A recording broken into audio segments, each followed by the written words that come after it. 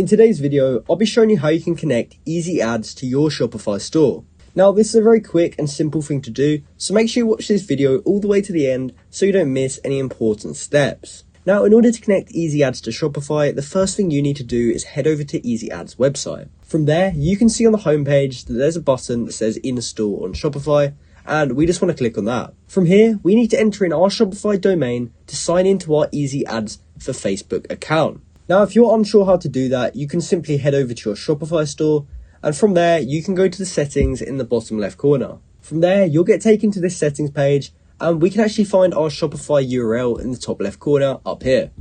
So we can simply copy this and then go back to Easy Ads. So we can then paste in that domain right here, and we can click Sign in with Shopify. From there, it will start loading, and we'll then get redirected to this page inside of Shopify, where it's asking us to download the Easy Ads app. So we're just going to go ahead and click Install.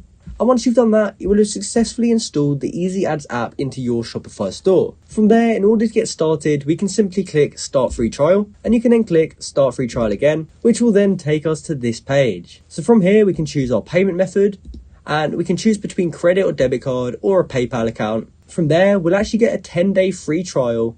And after that free trial ends, if you don't cancel this, you'll be charged $29.95. So that's how you can connect Easy Ads to Shopify. I hope you found this video helpful, and thanks for watching.